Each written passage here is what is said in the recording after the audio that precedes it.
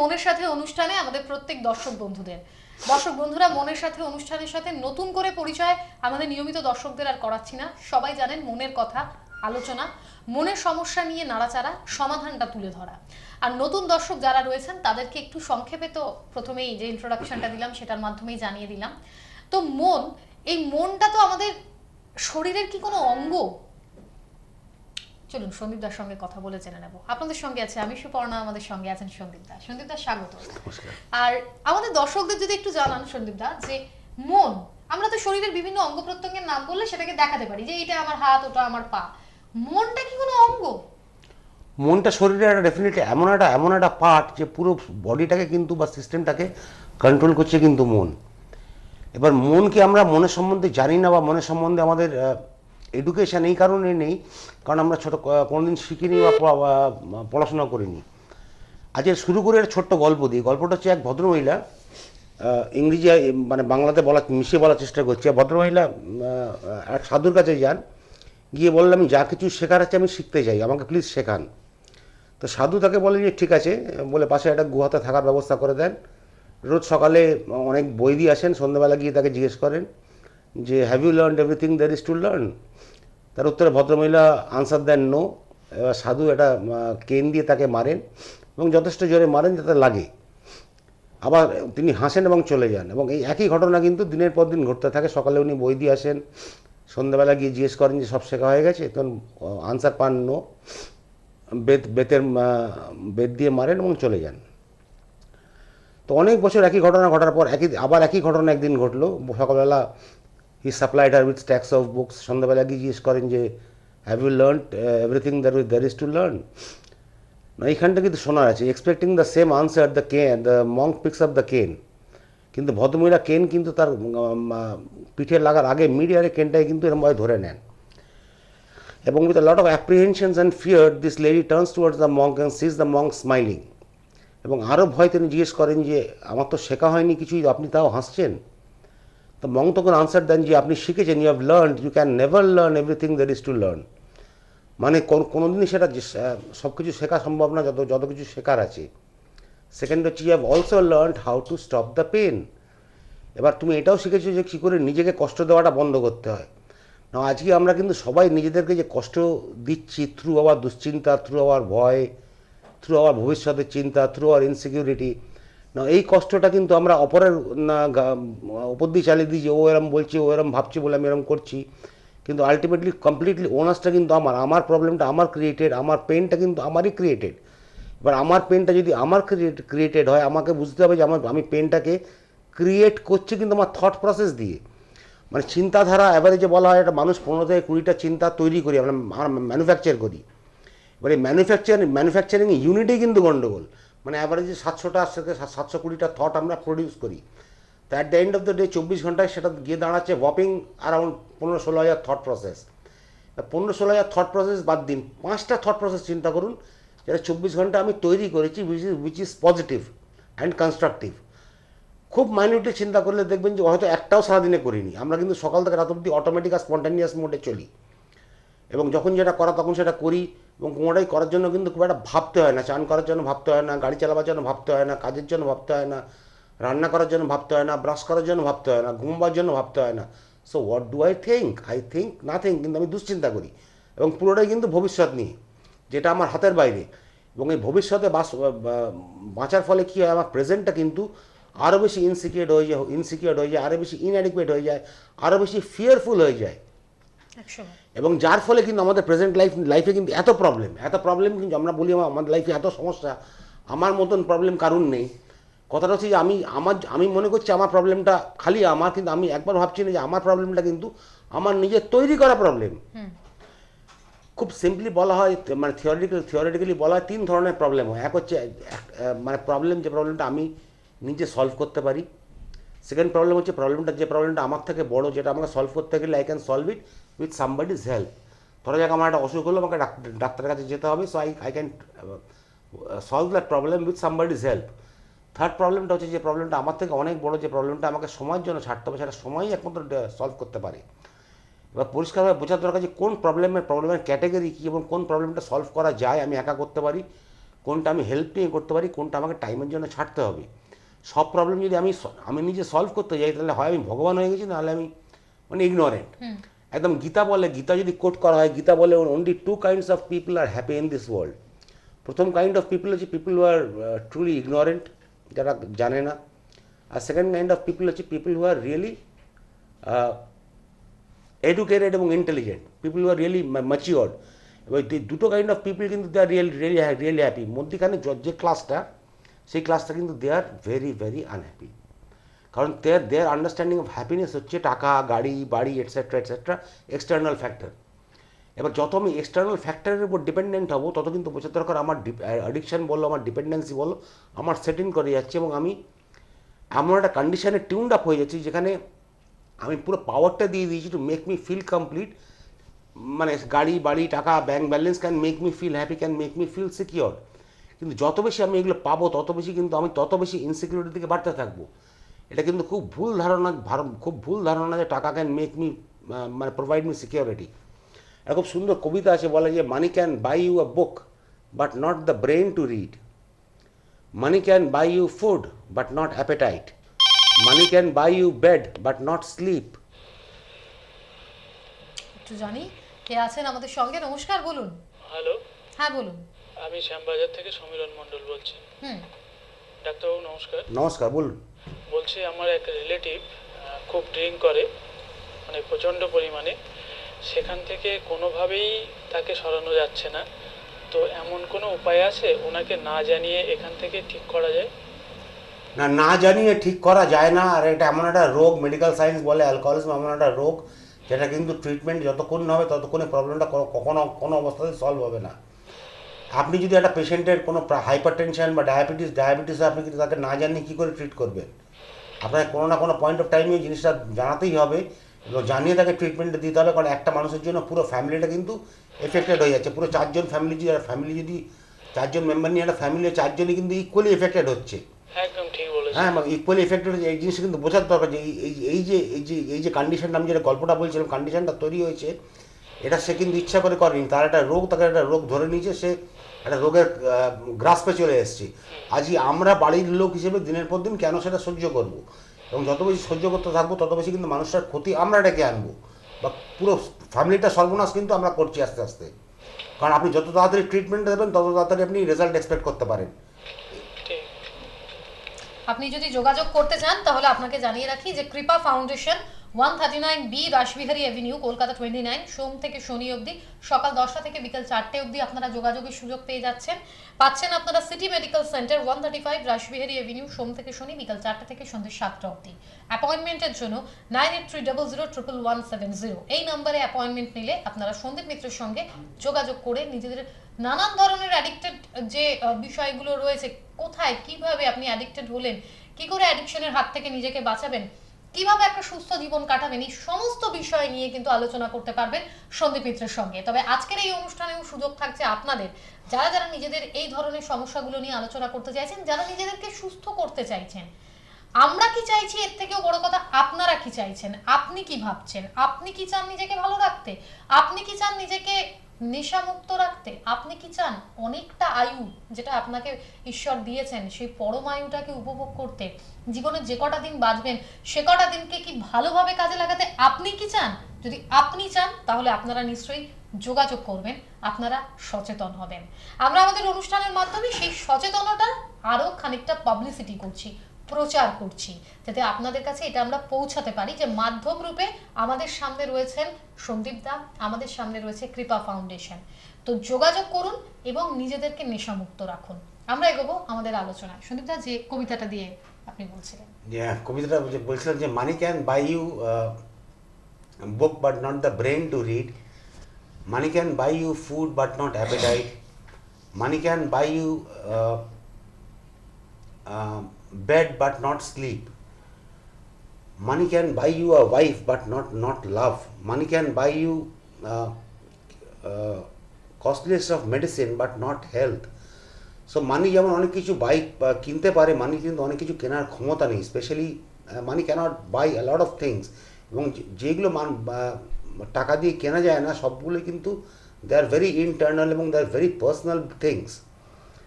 যেমন ধরা যাক একটা মানুষ অ্যাডিকশন প্রবলেম তার তৈরি হয়ে গেছে, তার একটা রোগ জেনারেটেড হয়ে গেছে, for which he is not responsible. শুরু করেছিল আউট অফ ফান বা আউট অফ কিউরিওসিটিতে, স্কুল বা কলেজে আউট অফ 3জন 4জন 5জন মিলে একসাথে, আউট অফ শিয়ার এক্সপেরিমেন্টেশন, এবং কোনো একটা সময় গিয়ে সে ওই লাইনটা ক্রস করে গেছে, কম্পালসিভ ড্রিঙ্কিং বা কম্পালসিভ ইউজিংয়ে পৌঁছে গেছে। এবার যত বেশি সে নেশার মধ্যে ঢুকে গেছে তত বেশি চেষ্টা করেছে কী করে সেটাকে কন্ট্রোল করা যায়, বা সোশ্যাল ড্রিঙ্কিং বা সোশ্যাল ইউজিং আসা যায়।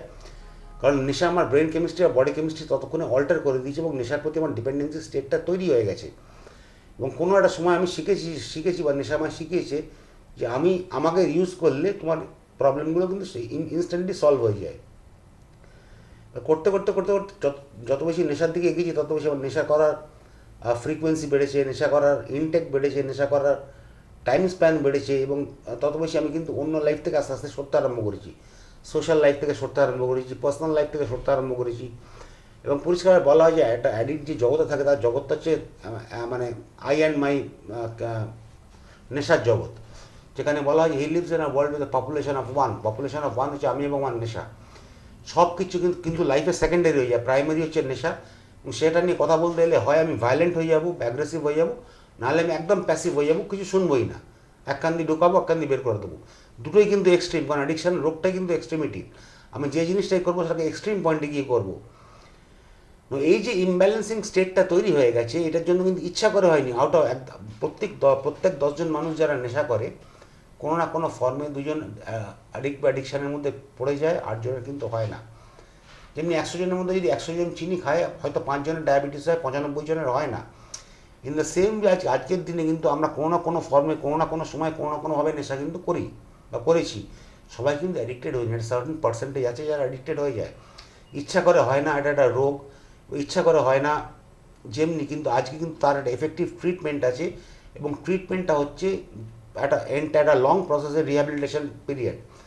কারণ এটা বোঝার দরকার যে নেশা আমার কাছে আসে না, আমি যাই নেশার কাছে, সমস্যাটা কিন্তু আমার মধ্যে। এবার এই সমস্যাটা যতক্ষণ না হোল পার্সন রিকভারি বলা হয় এবং হোলিস্টিক্যালি এটাকে ট্রিট করা হয়, এটা কিন্তু মানে রিল্যাপস রেট খুব হাই। কারণ নেশা তাকে এত অসুস্থ করে দেয় একটা মানুষকে যে সে কিন্তু নেশা ছাড়া লাইফ ভিজুয়ালাইজ করতে পারে না। ওই খিড়কি থেকে সিংহদুয়ার এই তার লাইফ হয়ে যায়, আমি এবং আমার নেশা। এবং সে নেশার জন্য যে কোনো পরিণতি কিন্তু ফেস করতে রাজি হয়, রাজি থাকে, বা সে ফেসও করে। কারণ নেশার সে একটা ম্যাগনেটিক পাওয়ার আছে, যে ম্যাগনেটিক পাওয়ার দিয়ে নেশা কিন্তু ম্যাগনেটের মতো তাকে অ্যাট্রাক্ট করবে, এবং সে 2 দিন 4 দিন 7 দিন না খেয়েও কিন্তু 8 দিন তাকে নেশা করতেই হবে।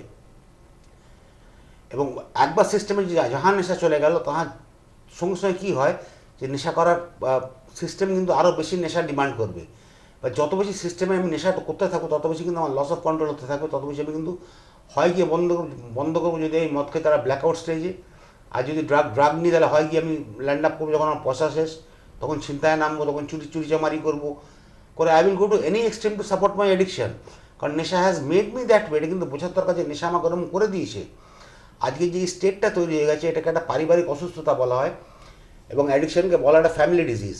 যে লোকটা নেশা করছে is afflicted with the sickness, families are affected by the sickness, and both the sides are equally sick. নমস্কার, বলবেন কে আছেন? হ্যালো, হ্যাঁ বলুন। হ্যাঁ আমি বারাসাত থেকে সুদীপ ঘোষ বলছিলাম। বলবেন। হ্যাঁ বলছি যে নমস্কার ডাক্তারবাবু। নমস্কার, বলুন। হ্যাঁ বলছি যে আমার এক বন্ধু আছে, মানে ও যে কোনো জিনিসকে এত সুন্দর করে বানিয়ে মানে রিপ্রেজেন্ট করবে, মনে হবে যেন ব্যাপারটা সত্যি, কিন্তু ওকে আমরা মানে ব্যাপারটা টোটালি মিথ্যে, সেটাকেও এত সুন্দর করে বানিয়ে, এবং ওটাই ওর দৃঢ় বিশ্বাস যে ও যেটা বলছে সেটাই ও ঠিক বলছে। তা আমাদের সমস্যা হচ্ছে মানে এটা আমরা কিছুতেই ওকে আর কি বুঝিয়ে আর কি ঠিক করতে পারছি না যে না এটা ভুল, কিন্তু ও বিশ্বাস করতে চায় না, বা ও কিন্তু এমনি নর্মালি দেখলে ওকে কেউ বলবে না আর কি। তো এই ব্যাপারটা বলছি এটাকে কি করে মানে ওকে ওই জায়গা থেকে বের করে আনা যায়, এটাও কি ওয়ান টাইপ অফ কোনো কি মানে সাইকিয়াট্রিক কোনো প্রবলেমের মধ্যেই পড়ছে? হ্যাঁ, এটা ডেফিনেটলি সাইকিয়াট্রিক প্রবলেমের মধ্যে পড়ছে। ও যেটা করছে সেটা বিশ্বাস করছে বলে করছে, এটাকে ইলিউশন বলা হয়। হ্যাঁ, এবার ইলিউশন, ডিলিউশন, হ্যালুসিনেশন, এগুলো 3টে কিন্তু আলাদা ফেজ আছে। ধরা যাক ইলিউশনের সিম্পল এক্সাম্পল হচ্ছে আপনি খুব গরমকালে রাস্তা দিয়ে যাচ্ছেন, অনেক দূরে দেখে মনে হবে জল পড়ে আছে রাস্তায়, কিন্তু ওটা আদৌ কিন্তু জল না, কিন্তু দূর থেকে দেখে মনে হয় যে ওটা রাস্তায় জল জমে আছে, রাস্তায় জল পড়ে আছে। ওটা কিন্তু চোখ আপনার, ওটাকে অপটিক্যাল ইলিউশন বলে। মানে চোখ যেটা দেখছে সেটা কিন্তু আদৌ এক্সিস্ট করছে না। মানে কিন্তু এটারও কিন্তু একটা সাইকিয়াট্রিক প্রবলেম, একটা সাইকোলজিক্যাল ডিসঅর্ডার, যে ডিসঅর্ডারটা কিন্তু ট্রিটমেন্ট দরকার। এবার কোনো না কোনো ফেজে আমরা যেটা বলি সেটা আমরা বিশ্বাস করি বলি কি করি বলেই কিন্তু জিনিসটা বলি। এবার উনি যেটা বলছেন উনি বিশ্বাস করছেন সেই জন্য বলছেন। এবার এটা কিন্তু একটা সাইকোলজিক্যাল ডিসঅর্ডার কন্ডিশন অলরেডি তৈরি হয়ে গেছে, যেটা কিন্তু ইমিডিয়েট ট্রিটমেন্ট বা ইন্টারভেনশন দরকার।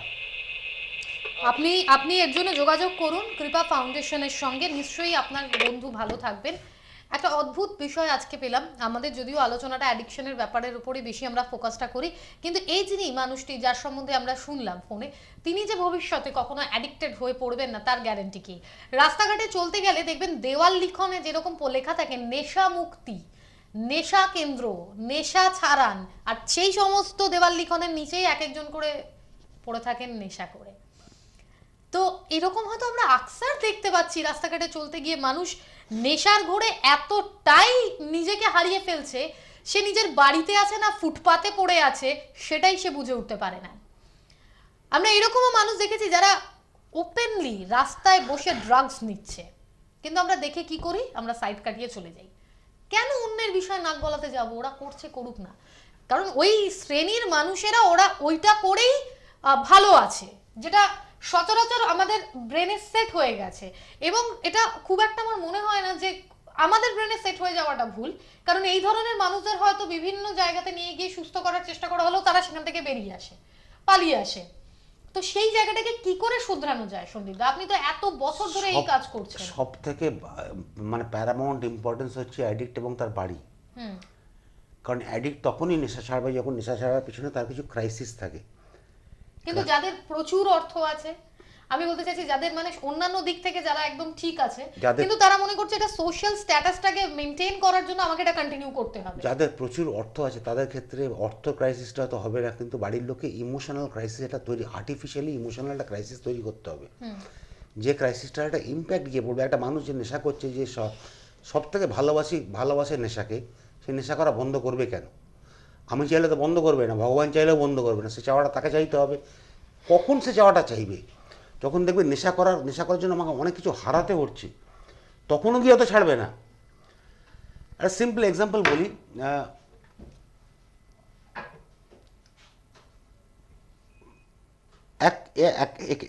একটি কি বলবো, ড্রাগ অ্যাডিক্ট, এটা অনেক বছর আগের কথা বলছি, যে ভদ্রমহিলার কথা বলছি, তিনি কোনো সময় মিস ক্যালকাটা হয়েছিলেন, তিনি তার স্ত্রী ছিলেন, তাকে আমাদের চোখের সামনে কিন্তু ক্যাশ পয়সা বিক্রি করে দেয় নেশার জন্য। এবং ভদ্রমহিলা সামনে আমরা বসছিলাম, অনেক দিন আগের কথা, ভদ্রমহিলা বললেন যে এটা তো আগে করলেই ভালো ছিল। আলটিমেটলি ভদ্রমহিলা কিন্তু সমস্যা চলে যায়, বিকজ ভদ্রমহিলা কিন্তু এসকেপ চাইছিলেন। কারণ অ্যাডিক্টের সঙ্গে থাকতে থাকতে কী হয়, ওই যে কন্টিনিউয়াস প্রসেসের সাফারিংটা, পেনটা কখন কী হবে তার কোনো গ্যারেন্টি নেই। মানে even know of a person, a patient যে মারা গেছে, সেই ইনটক্সিকেটেড স্টেটে রাত্রিবেলা he went to rape his mother. সে কিন্তু বুঝতে পারেনি ওটা মা, সে অন্য কোনো কাজের মেয়ে ভেবেছিল। মানে ইনটক্সিকেটেড স্টেটে আমি কী করছি আর কী করছি না, আমার কিন্তু ওই সেন্সটাই কাজ করে না। কারণ এটা কিন্তু অ্যাডিকশনের পাওয়ার, এটা যে ইচ্ছা করে করছে তা না। ফলে কী হলো, মা কোনোদিন ছেলেকে ক্ষমা করতে পারলো না, ছেলেও কোনোদিন ওটা অ্যাকসেপ্ট করতে পারলো না, ছেলেটি ওভারডোজে মারাই গেল। কারণ দিস ইজ দ্য কনসিকুয়েন্স। এটা কিন্তু আলটিমেট ফেটাল, মানে রোগটা যদি তিনটে এন্ড আছে, আলটিমেটলি যদি নেশা একটা মানুষ করতে থাকে, তিনটে ফেটাল এন্ড আছে। একটা হচ্ছে পেইনফুল প্রিম্যাচিওর ডেথ, একটা হচ্ছে ইনস্যানিটি, থার্ড হচ্ছে কিন্তু জেল। এর ছাড়া কিন্তু কোনো রাস্তা নেই। এটা তার ক্ষেত্রেই অ্যাপ্লিকেবল যার কিন্তু অ্যাডিকশন প্রবলেম হয়ে গেছে। এটা কিন্তু যে মানুষ নেশা কন্ট্রোলে করতে পারছে তাদের নিয়ে কিন্তু কোনো সমস্যা নেই, কারণ তারা নেশাও করছে, চাকরিও করছে, কাজও করছে, ব্যবসাও করছে, বাড়ির দায়িত্বও সামলাচ্ছে। So we have nothing against them, we are talking only of people who have cross that line, যাতে কিন্তু অ্যাডিকশন নিয়ে প্রবলেম তৈরি হয়ে গেছে। এবার অ্যাডিকশন নিয়ে প্রবলেম তৈরি হয়ে গেছে, মানুষের এটা কী করে আপনি বুঝবেন? যখন দেখবেন অ্যাডিকশন তার 7টা লাইফের স্ফিয়ারে কিন্তু ইন্টারফেয়ার করা আরম্ভ করে দিয়েছে। একটা ফিজিক্যালি ইন্টারফেয়ার করা আরম্ভ করে দিয়েছে, তার অ্যাপেটাইট আস্তে আস্তে কমবে, তার ওয়েট লস আস্তে আস্তে আরম্ভ হবে, তার অন্য কাজে আস্তে আস্তে এনার্জি কমা আরম্ভ হবে। নমস্কার, বলুন কে রয়েছেন? হ্যালো। হ্যাঁ নমস্কার। হ্যাঁ বলুন, আমরা শুনছি, আপনি বলুন। হ্যাঁ বলছি যে আমি আমার দাদার সম্বন্ধে জানতে চাই একটু। হ্যাঁ বলুন। হ্যালো। আপনি বলুন। হ্যাঁ বলছি যে দাদার সম্বন্ধে জানতে চাই। আমার দাদা একটু ড্রিঙ্ক করে প্রত্যেক, কিন্তু এটার উপায় কি, মানে ছাড়ানোর? আপনি কি আপনার দাদাকে নেশামুক্তি করাতে চাইছেন? হ্যাঁ হ্যাঁ হ্যাঁ। সেটা দাদাকে জানিয়ে করাতে চাইছেন না লুকোচুরি করে করাতে চাইছেন? না, জানিয়ে নয়। তাহলে হবে না। আপনি তো ম্যাজিক করবেন না আর টুকটাক টোটকা করে এটা রিকভারি করা যায় না। তাহলে আপনার দাদা যদি অসুস্থ হয় তাকে কি না জানিয়ে ডাক্তারের কাছ থেকে ওষুধ এনে খাওয়ালে সে সুস্থ হবে, নাকি ডাক্তার তাকে একবার নিজে চোখে দেখবে তবে ওষুধ দেবে তবে সে সুস্থ হবে? আপনার কি মনে হয়, আপনি নিজে বলুন। না না, তাহলে আমি দাদাকে জানিয়েই করবো, সেটা তো আমার কোনো আপত্তি নেই। তাহলে আপনি কৃপা ফাউন্ডেশনে যোগাযোগ করুন। একটা মোবাইল নাম্বার টিভির পর্দায় চলছে, আমি নাম্বারটা আবারও বলছি, আপনি সেই নাম্বারটা খাতায় লিখে রাখুন। অনুষ্ঠানের পরে ওই নাম্বারে আপনি কল করুন, অ্যাপয়েন্টমেন্ট নিন, আপনার দাদাকে এনে দেখান, দেখুন যে আপনার দাদা সুস্থ হচ্ছেন না হচ্ছেন না।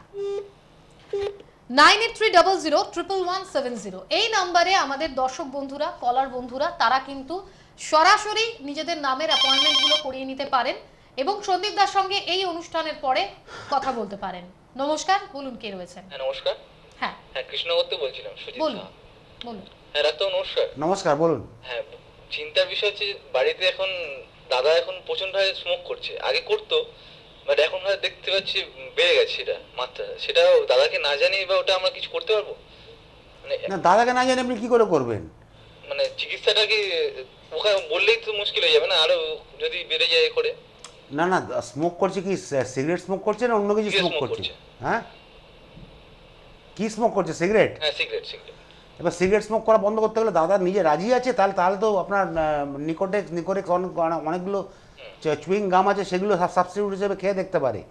তাতে যদি কাজ না হয় তাহলে আপনাকে ইন হাউস তখন ভর্তি করতে হবে, কারণ একটা জায়গাতে পয়েন্ট অফ টাইমে গিয়ে তার নিকোটিনের অ্যাক্সেসটা তো আটকাতে হবে আগে। আচ্ছা, তাহলে আপনাকে নিয়ে যেতে হবে ওখানে? আপনার ওখানে নিয়ে যেতে হবে, নাহলে আপনি এসে কথা বলতে পারেন যেটা ইচ্ছে, কিন্তু আলটিমেটলি তাকে ট্রিটমেন্টটা দিতে গেলে আপনাকে তাকে একবার বলতেই হবে। তারপর সে নিজে থেকে গেলে ভালো, নাহলে তাকে জোর করে ঢোকাবেন, সেটা তো অন্য কথা। আচ্ছা আচ্ছা, ঠিক ঠিক আছে, ধন্যবাদ। বেশিরভাগ মানুষের প্রশ্ন থাকে যে এটা কি যদি না জানিয়ে করা যায়, যে না জানিয়ে কি করে সম্ভব, এটা আমরা কেন মাথায় কেন আসছে, এটাই হচ্ছে একটা প্রশ্ন। আপনি আপনার বাড়ির লোকটির ভালো চাইছেন, তাকে সুস্থ করতে চাইছেন, তাকে না জানিয়ে করলে আপনাদের মনে হচ্ছে যে তাহলে জেনে গেলে যদি সে অরাজি থাকে, কিন্তু এইখানেই তো আপনাদের সেই চেষ্টাটা যে তাকে রাজি করিয়ে এনে ভর্তি করিয়ে সুস্থ করতে হবে। সেটা তো এরকম তো বহু পেশেন্ট যারা ভর্তি হচ্ছেন কৃপা ফাউন্ডেশনে, যারা সুস্থ হচ্ছেন, তো তারা তো বাড়ির লোকেদের থেকে জেনে তবেই আসছেন।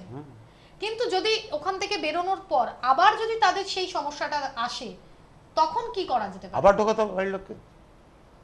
কারণ যেটা বলছিলাম যে ফ্যামিলি আমাদের কৃপাতে কদিন, 1 মাস 2 মাস 3 মাস 4 মাস 6 মাস, তার বেশি নয়। শুরুটাও বাড়ি, শেষটাও বাড়ি। আগে বাড়ির যে কন্ডিশন, বাড়ি একটা কিন্তু খুব মানে কন্ট্রিবিউটিং ফ্যাক্টর একটা ছেলের ভালো থাকাতে বা একটা ছেলে নেশা করার কারণে, রিল্যাপসের কারণে। সো বাড়ির সাইমালটেনিয়াসলি অ্যাডিক্টে যেমনি ট্রিটমেন্ট ইন হাউস হয়, বাড়ির লোকের ট্রিটমেন্টও কিন্তু হয়। বাড়ির লোকের ট্রিটমেন্ট না হলে কিন্তু অ্যাডিক্ট ঠিক হবে না। বাড়ির লোক এমন একটা কন্ডিশনে হয়ে আছে, যেটা আমি তখন বলছিলাম, যে নেশা করছে সে অ্যাফ্লিক্টেড উইথ দ্য সিকনেস, বাড়ির লোক affected and effected by the sickness, দুটো সাইডে কিন্তু ইকুয়ালি সিক। খুব 3টে কমন সিমটমস আছে যে অ্যাডিক্ট চেষ্টা করছে নেশা কন্ট্রোল করতে, ফেল করছে, সে তার ফেলিয়ার কিন্তু মানবে না। আমি বাড়ির লোক হয়ে আমি চেষ্টা করছি তাকে কন্ট্রোল করতে, আমিও যত বেশি চেষ্টা করছি তত বেশি আমিও ফেল করছি। এবার আমি বাড়ির লোক হয়ে আমি কীভাবে চেষ্টা করছি তাকে কন্ট্রোল করতে, এক হচ্ছে ন্যাগিং করে, এক হচ্ছে ব্লেমিং করে, এক হচ্ছে কন্ট্রোল করে, এক হচ্ছে তাকে জিনিস কিনে দিয়ে, এক হচ্ছে তার কাছে ভিক্ষা চাইছি, এক হচ্ছে তাকে ঘুষ দিচ্ছি যে ভালো থাক বাবা, একটা বাইক কিনে দিচ্ছি, ভালো থাক বাবা একটা বিয়ে দিয়ে দিচ্ছি, ভালো থাক বাবা তোকে এটা তো জোগাড় ব্যবসা করে দিচ্ছি। এবার কি মানে আলটিমেট ব্যাপারটা হচ্ছে কিন্তু সবাই চেষ্টা করছি কন্ট্রোল করে ঠিক করার জন্য, টিউনিংটাকে ঠিকই আনবে, টিউনিংটা ঠিক করার, কিন্তু গন্ডগোলটা তো সেখানেই। হ্যাঁ বলবেন, কে আছেন? নমস্কার। নমস্কার। আমি অশোক সেন বিরাটি থেকে বলছি। হ্যাঁ বলুন। আচ্ছা, আমার এই ছেলের একটু নেশার গ্রস্ত হয়ে গেছে, সেটা একটু ছাড়ানোর জন্য কি করতে হবে না করতে হবে যদি একটু বলেন। ওর অ্যালকোহলের নেশা নয়, ওর হচ্ছে গিয়ে মানে গাঁজা বা এই সব ধরনের যে নেশা সেইটা। আচ্ছা। এবং সেটাতে খুব বাড়িতে অশান্তি হচ্ছে, টাকা পয়সা না দিলে মানে হবেই তো মারধর এরকম। হ্যাঁ হবেই, এটা হবে এবং এটা আরও বাড়তে থাকবে। গাঁজার সাথে আরও কিছু খাচ্ছে, কারণ এখনকার গাঁজা কিন্তু খুব সাংঘাতিক গাঁজা। হ্যাঁ, আর কিছু কিছু মানে স্কিন ডিজিজ হচ্ছে, গায়ে র্যাশ বেরোচ্ছে, বিভিন্ন রকমের স্কিন প্রবলেম হচ্ছে। গাঁজার নেশা করে যে সেইটা কিন্তু আমাদের কাছে একটা খবর মানে আমরা ধরেছি, এটা ওর প্যান্টের পকেটে পাওয়া গেছে। তো বয়স কত ছেলের? ওর এখন 24 বছর। তো দেরি না করে ইমিডিয়েট ভর্তি করুন, ভালো হয়ে যাবে, নাহলে কিন্তু এটা আরও খারাপের দিকে যাবে। যত দিন যাবে এটা রোগটা ইনকিউরেবল, রোগটা প্রোগ্রেসিভ, যত দিন যাবে এটা আরও বাড়তে থাকবে। দেখুন, আপনি আপনার ছেলেকে যদি সুস্থ করতে চান, একটাই কথা আমি বলবো, আপনার ছেলেকে জানিয়ে তবে জানিয়েই করব, আমরা যা করব। আপনি কৃপা ফাউন্ডেশনে যোগাযোগ করবেন। আচ্ছা আচ্ছা। মোবাইল নাম্বার যেটা টিভির পর্দায় এই সময় চলছে, সেই মোবাইল নাম্বারটা লিখে রাখুন। অনুষ্ঠানের পরে লিখে নিয়েছি আমি নাম্বারটা। ব্যাস, অনুষ্ঠানের পরে আপনি ওই নাম্বারে কল করে অ্যাপয়েন্টমেন্ট নিয়ে নিন। আচ্ছা আচ্ছা, ঠিক আছে। সোম থেকে শনি পর্যন্ত, সোম থেকে শনিবার অবধি সকাল 10টা থেকে বিকেল 4টে পর্যন্ত আপনি কৃপা ফাউন্ডেশনে সন্দীপ দার সঙ্গে যোগাযোগের সুযোগ পাচ্ছেন। আর সিটি মেডিকেল সেন্টার যেটা রাসবিহারী এভিনিউতে, সেখানেও সোমবার থেকে শনিবার অবধি বিকেল 4টে থেকে সন্ধ্যে 7টা পর্যন্ত যোগাযোগের সুযোগ পাচ্ছেন। আচ্ছা, ধন্যবাদ, ভালো থাকবেন। সুতরাং আমরা এই যে কলারকে পেলাম দর্শক বন্ধুরা, যেটা উনি বললেন যে তিনি জানিয়ে এখানে চাইছেন ছেলে যেন সুস্থ হয়, এবং এইটাই কিন্তু আমরা বারবার বলছি যে যে কোনো সুস্থতার জন্য কোনো লুকোচুরি, কোনো ঢাকা চাপা দিয়ে কাজ হয় না। এখানে আপনি যদি একটা পদক্ষেপ ফেলছেন, যখন আপনার যার জন্য এই পদক্ষেপ নেওয়া তাকে জানিয়ে সেটা করুন। যদি সেখানে সে রাজি থাকে, ডেফিনেটলি সে রিকভারি করবে। কয়েক ধরনের ট্রিটমেন্ট আছে। এক হচ্ছে অনেক জায়গায় দেখা যায় লেখা আছে গোপনে মদ ছাড়ান। হ্যাঁ, না আমি জিনিসটা ক্ল্যারিফাই করে দিই, আমি কিন্তু কারোর এগেনস্টে কিছু বলছি না।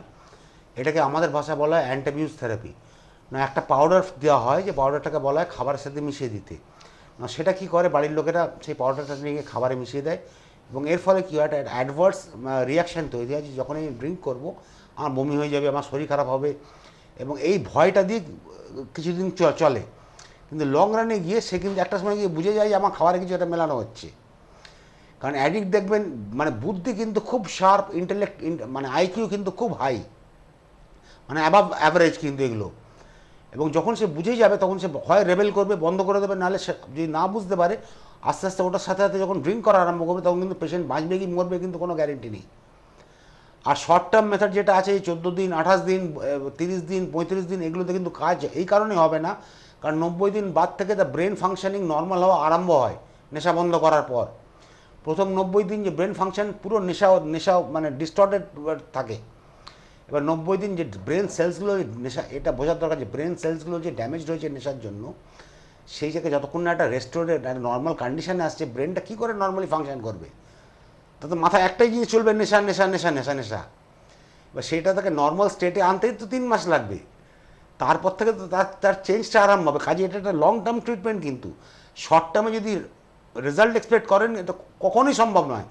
আর সবথেকে বেশি ইম্পর্টেন্ট হচ্ছে বাড়ির লোকের কোঅপারেশন এবং পার্টিসিপেশন ইন ট্রিটমেন্ট, সেটা যতক্ষণ না হবে। কারণ কৃপা, আমি একটু কৃপার কথা আসি, কৃপা এমন একটা অর্গানাইজেশন যেটা ভারতবর্ষের সব থেকে মানে সেন্ট্রাল গভর্নমেন্টের আন্ডারে লার্জেস্ট এনজিও, এবং কৃপা ফাউন্ডেশন আজ 15টা স্টেটে আছে উইথ 70 ফ্যাসিলিটিস নেশন ওয়াইড, এবং with the highest success rate. এছাড়া 6টা কিন্তু বিদেশে আছে, এবং আমরা রাষ্ট্রপতি পুরস্কার পাওয়া, আমরা পদ্মশ্রী পাওয়া, আমরা জি বাংলা থেকে দাদাগিরি অ্যাচিভমেন্ট পাওয়া, সবই কিন্তু মানে যতগুলো পুরস্কার আছে সবগুলো কিন্তু আমরা পাওয়া।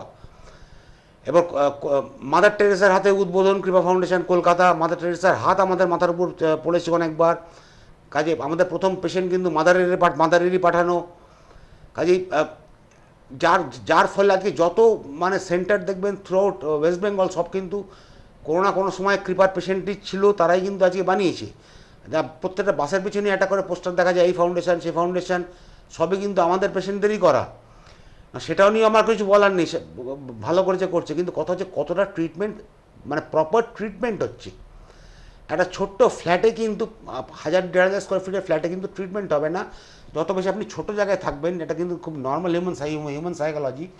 আগেকার দিনে দেখবেন লোকেরা অনেক বড় বড় বাড়িতে থাকতো, দরজা বড় হতো, জানলা বড় হতো, তার একটা সাইন্টিফিক ছাদ, সিলিং অনেক উঁচুতে হতো। তার কারণ লোকের মাইন্ড কিন্তু অনেক ব্রড হার্টেড ছিল।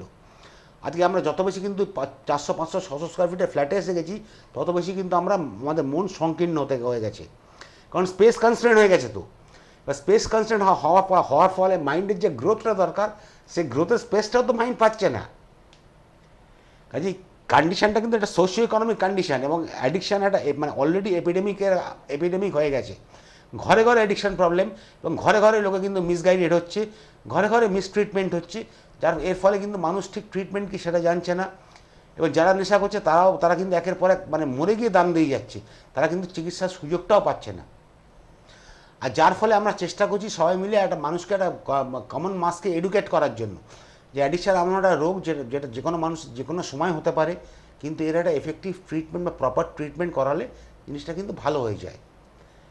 এবার কখন আপনি করাবেন, যখন বললাম ওই 7টা স্ফিয়ারের লেভেল ইন্টারফেয়ার করা যায়, শারীরিকভাবে ইন্টারফেয়ার করবে, তার সাইকোলজিক্যালি ইন্টারফেয়ার করবে, তার পড়াশোনায় ইন্টারফেয়ার করবে, যদি চাকরি করে চাকরিতে ইন্টারফেয়ার করবে, ব্যবসা করলে বিজনেসে ইন্টারফেয়ার করা আরম্ভ করবে, টাকা পয়সায় ইন্টারফেয়ার করা আরম্ভ করবে, সম্পর্কের মধ্যে ইন্টারফেয়ার করা আরম্ভ করবে, সম্পর্কে মিথ্যা কথা বলা আরম্ভ হবে নেশার জন্য।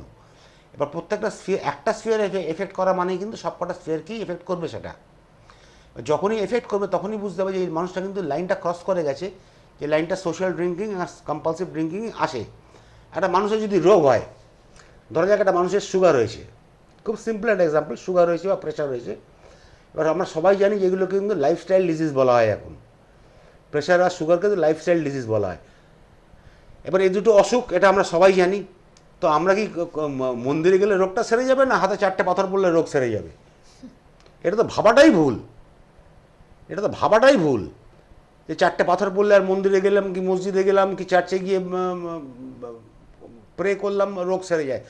রোগের ট্রিটমেন্ট করালে রোগ সারবে, পরিষ্কার কথা হচ্ছে তাই। সিম্পল জিনিস সিম্পল রাখতে গেলে একটা রোগ, তার একটা ট্রিটমেন্ট আছে। যদি মানুষের রোগ হয়েছে, প্রেশার হয়েছে বা সুগার হয়েছে, ইচ্ছা করে হয়নি, আজ হয়েছে যখন, এবার আমি ট্রিটমেন্ট যাবো কি যাবো না, এটা কিন্তু আমার চয়েস এবং আমার ডিসিশন। আমি যদি না নিতে পারি বা না বুঝতে পারি, কারণ অ্যাডিক্টের one track thinking thought process হয়ে যায়, পুরোটাই নেগেটিভ হয়ে যায়, সেখানে আমার বাড়ির লোককে ডিসিশন নিতে হবে। They have got to bell the cat. এবার যদি ডিপেন্ডেন্ট ছেলে মেয়ে হয়, সেখানে বাড়ির লোক ডিসিশনটা নেওয়া কিন্তু কোনো অসুবিধার না। আজকে এই যে ছেলেমেয়েরা কোথায় কথা শুনি বাবা মা নেশা করে, বাবা মার উপর হাত তুলছে বা টাকা পয়সার জন্য বাড়িতে তোড়ভাঙ অত্যাচার করছে, মানে সিন ক্রিয়েট করছে, কেউ শুনি গার্লফ্রেন্ডকে মারছে, কেউ শুনি বউকে মারছে। এবার সামওয়্যার ডাউন দ্য লাইন এটাকে স্টপ তো করতে হবে, নাহলে আপনি তো এই ইনসেন বিহেভিয়ারটা কন্টিনিউ করতে পারেন না, কারণ this will lead to the মানে complete destruction of the entire family. এবার ইন্টারভিন করতে গেলে আপনাকে একটা পয়েন্ট অফ টাইমে কিন্তু ট্রিটমেন্টটা দিতে হবে। আজকে ধরা যাক একটা ছেলে নেশা করছে, নেশা করার সময় তার বাবা মা কেউ একটা মারা গেলেন, ফর এক্সাম্পল বাবা মা কেউ একটা মারা গেলেন, হয়তো নেশার ওই স্ট্রেসটা বা ওই প্রেশারটা নিতে নিতে দুশ্চিন্তা থেকে একটা কার্ডিয়াক ফেলিওরে মারা গেলেন। না, এই ছেলেটা কিন্তু ডিপ ডাউন সে নিজে জানবে যে আমি আমার নেশার জন্য কিন্তু আমার বাবাকে কিন্তু মাকে হারালাম। সে কিন্তু নিজে কোনোদিন ক্ষমা করতে পারবে না, নেশা কোনোদিন ছাড়তেও পারবে না, তার গিল্ট তাকে নেশা করাবে। কারণ এরকম এক্সাম্পল অনেক আছে। নেশা করে কিন্তু একটা ধরা যায় নেশা করে একটা ছেলে বাড়ি ঢুকে রাত্রিবেলা, বাবা রেজিস্ট করেছে, সে ড্রিঙ্ক করেছিল, সে বাবাকে আস্তে করে ধাক্কা দিয়েছে, বয়স্ক বাবা বুঝতে পারেনি, দেওয়াল মাথাটাকে দেওয়ালে লেগেছে, ওখানে ব্রেন হ্যামারেজ, ওখানে বাবা মারা যায়। আমি যে প্রেশারটা তখন দিচ্ছি, আমার হাতের যে প্রেশারটা, সেই প্রেশারটা কিন্তু মানে 3 গুণ বেড়ে যাবে নেশা করা স্টেটে।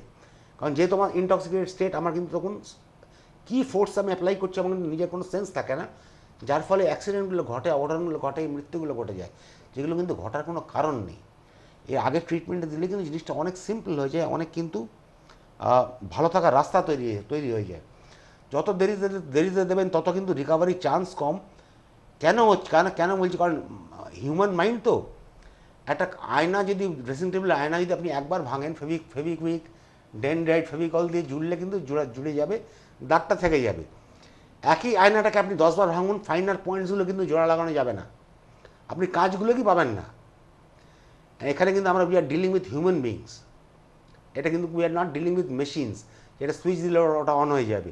We are dealing with human beings. প্রত্যেকটা হিউম্যান বিং কিন্তু আলাদা, দুটো কোনো মানুষ এক হয় না। প্রত্যেকটা হিউম্যান বিংসের ইমোশনস আলাদা, তাদের সাইকোলজিক্যাল মেকআপ আলাদা, তাদের ভ্যালিউজ আলাদা, তাদের অ্যাটিটিউডস আলাদা। প্রত্যেকটা জিনিসকে আমাদের আস্তে আস্তে কিন্তু জোড়া লাগাতে হবে। সেখানে যত বেশি কম ভাঙা থাকবে, তত বেশি জোড়া লাগাতে আমাদের সুবিধে। যত বেশি ভাঙতে থাকবে একটা কাঁচ, তত বেশি ফাইনার পয়েন্টসগুলোকে জোড়া দেওয়া কিন্তু খুব মুশকিল হয়ে যায় আমাদের পক্ষে। দুর্দান্ত একটা আলোচনার মধ্যে আছি, একটু জেনে নেবো তারই মাঝে কলারকে এসে গেছেন। নমস্কার, বলুন। হ্যালো, বলবেন কে আছেন? হ্যালো, হয়তো কোনোভাবে যোগাযোগটা বিচ্ছিন্ন হলো।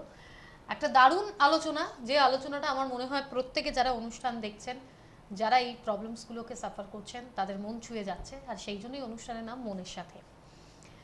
আমাদের সামনে যখন আমরা আয়নার সামনে গিয়ে যখন আমরা দাঁড়াই, আমরা নিজেদের রূপটাকে দেখছি, ভালো লাগছে, ভালো লাগছে না, কি করলে ভালো লাগবে, এই সমস্ত জিনিসগুলো।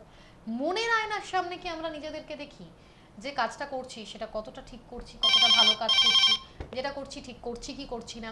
মনের আয়নার সামনে কিন্তু আমরা খুব একটা আসতে চাই না। কেন আসতে চাই না? আসছি একটু বাদে আলোচনা, জানবো কে আছেন। নমস্কার, বলবেন কে আছেন। হ্যালো। হ্যালো, হ্যাঁ বলুন, কে বলছেন? হ্যাঁ আমার নাম হরিপদ মিত্র।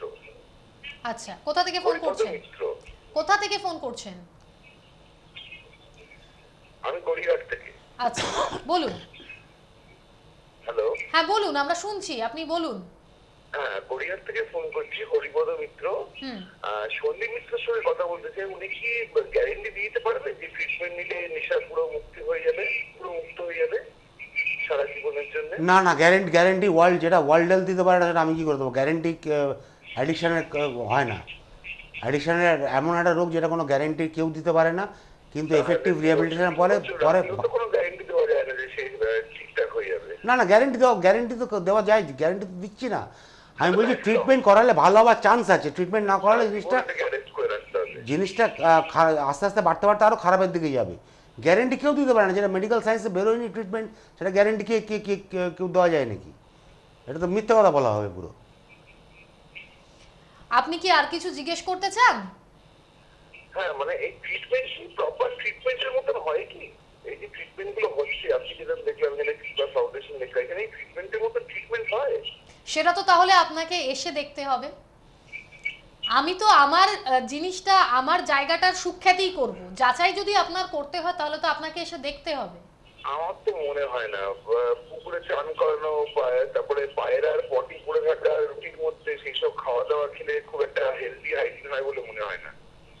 আচ্ছা দেখুন, আপনার মনে তোমার রুটি তৈরি হয়, তরকারি রান্না বান্না তৈরি হয়, সব কিচেনে যারা থাকে সেখানে পায়খানা পড়ে থাকে, তোমার পায়রা সেই সব দিয়ে বানানো হয় রুটি তরকারি। আপনি নিজে কি ভাবে ভালো থাকা যায় তাহলে বলছেন? আচ্ছা, আপনি নিজে কি কখনো কৃপা ফাউন্ডেশনে গিয়ে দেখেছেন? হ্যাঁ দেখা আছে, শোনাও আছে। আচ্ছা, তাহলে আজকে যে প্রশ্নটা আপনি, শোনাও আছে, দুটোই করা আছে। দুটোই করা আছে। আপনি নিজে কি কখনো অ্যাডিক্টেড ছিলেন? যদিও মেন প্রশ্নের উত্তরটাই আমরা পেলাম না, কিন্তু আমরা আমাদের যে বিষয়টি নিয়ে আলোচনাতে ছিলাম, আমরা এগোবো আবারও সেই আলোচনাতেই। গ্যারেন্টির কথা উনি জিজ্ঞেস করলেন এবং উনি আরও বেশ কিছু কথা বললেন। গ্যারেন্টি কেউ দিতে পারে না, কিন্তু হ্যাঁ চেষ্টাটা করতে পারে। মানুষকে ভালো রাখার চেষ্টাটা আমরা করতে পারি। যিনি আসছেন তিনি নিজেকে ভালো রাখতে চাইছেন কিনা সেটা সম্পূর্ণ তার নিজের উপরে, তাই তো শুনুন। এক্স্যাক্টলি আমাদের চেষ্টাটাও কিন্তু ঠিক তাই। আজকে যেখানে বিভিন্ন জায়গায় নেশা মুক্তির জন্য অ্যাড দেওয়া হচ্ছে, যারা দিচ্ছেন অনেক জায়গাতে গোপনে নেশা ছাড়ান, গোপনে এই করুন, গোপনে সেই করুন। এখানে কৃপা ফাউন্ডেশন কিন্তু কোনো গোপনীয়তার জায়গা থেকে কিছু বলছে না।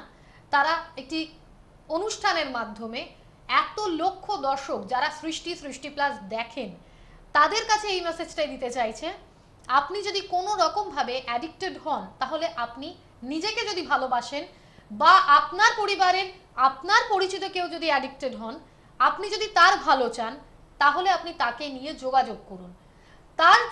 তিনি যদি সুস্থ হয়ে যান, ডেফিনেটলি তাকে কেন্দ্র করে যারা যারা রয়েছেন তার সাথে রিলেটেড, তারা প্রত্যেকে ভালো থাকতে পারবেন, সেটা মানসিক এবং শারীরিক দিক থেকে। এবং কিছু কথা আমরা যখন শুনি, একটা কথা আমরা জানি যে যেটার ভালো আছে সেটার খারাপও আছে, ঠিক কথাই। সেরকম ভালো প্রচার করার মানুষ যেরকম রয়েছেন, কিছু মানুষ থাকেন যারা হয়তো তার বিপরীত কাজটাও করেন। আমাদের পরের কলারও এসে গেছেন এরই মধ্যে, একটু জানবো কে রয়েছেন। নমস্কার, বলবেন। হ্যালো, বলুন কে আছেন। হ্যালো, আমি আর মল্লিক বলছি। হ্যাঁ, কোথা থেকে? আর মল্লিক। কোথা থেকে বলছেন? রঞ্জিত মল্লিক আমার নাম। আচ্ছা, আমি মিস্টার মিত্রকে জিজ্ঞেস করতে চাই যে শিক্ষায় এটা আসতে হয় তাই না? মানে এইসব ট্রিটমেন্টে সব শিক্ষায় আসতে হয়, রাইট? বুঝতে পারছি না কথাটা। বুঝতে পারলাম না মানে কি নিজের শিক্ষায় আসে হচ্ছে এইসব ট্রিটমেন্টে, রাইট? কি হয়তো বুঝতে পারছি। আপনি তাহলে আপনি একটা কাজ করুন, আপনি টিভির সাউন্ডটাকে একেবারে বন্ধ করে দিন, তাহলে কথাটা পরিষ্কার পাবো আমরা। ওকে ওকে। আচ্ছা, নিজের স্বেচ্ছায় আসতে হয় তো এইসব ট্রিটমেন্ট? স্বেচ্ছায়, স্বেচ্ছায় বলছেন? আচ্ছা, তাহলে পিক আপ জিনিসটা কেন উঠলো? মানে পেশেন্ট আসতে চাইছে না, যে তাকে পিক আপ করে নিয়ে আসা হচ্ছে এবং মারধর করা হচ্ছে। ওনাদের যে পিক আপ টিম আছেন ওরা ভীষণ মারধর করে নিয়ে আসেন, এরকম কেন হয়? মারধর তো করা উচিত নয়, বডি কন্ট্যাক্ট করা উচিত নয়, তাকে তো বুঝিয়ে সুঝিয়ে ঠিক করে রাখা উচিত। বডি কন্ট্যাক্ট মারধর মেরে পাঠিয়ে দেয় ওখানে, এরকম করে কেন করে? ওখানে ল্যাংটো করে মারা হয়, এরকম করে কেন করে ওখানে? না না, এটা আপনি ভুল কথা বলছেন, যেটা করেন এটা ঠিক না। এটা ভুল কথা বলছেন, সম্পূর্ণ ভুল কথা বলছেন। পেশেন্ট ফোর্সিবলি যখন পিক আপ করা হয় সেটা বাড়ির লোক বলে বলেই করা হয়। তখন বাড়ির লোক যখন মানে জিনিসটা হাতের বাইরে চলে গেছে, তারা কোনোভাবে নিয়ে যেতে পারছে না, তখনই পিক আপ করানো হয়। আদারওয়াইজ সবসময় আমরা বলি যে আপনারা কিছু বলে পৌঁছে দিন। নিশ্চয়ই। যিনি এই প্রশ্নগুলো রাখছেন, আমার যেন মনে হলো যে একই ভয়েসের ব্যক্তি দুবার ফোন করে এই ধরনের কথাগুলো আপনি বলছেন, নামটা বদলে।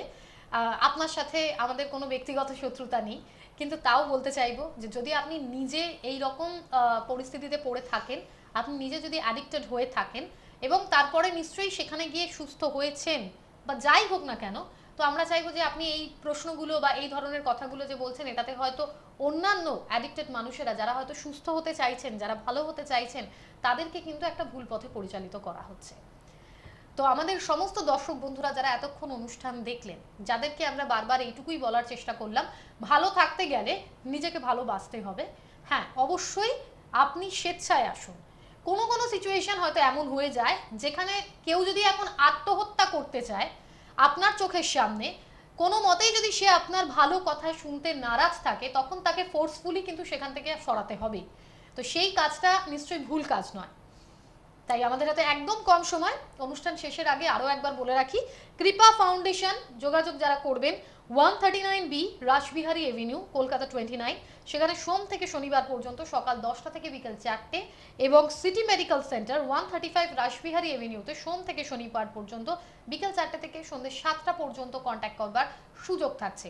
অ্যাপয়েন্টমেন্টের জন্য 9830011170 এই নম্বরে আপনারা অ্যাপয়েন্টমেন্ট নিতে পারছেন। সময় আজকে যেহেতু আর নেই, অনুষ্ঠান তাই এই পর্যন্তই। আমি সন্দীপ দাকে ধন্যবাদ জানাই এবং আমাদের সমস্ত দর্শক বন্ধুদের জানাবো নমস্কার।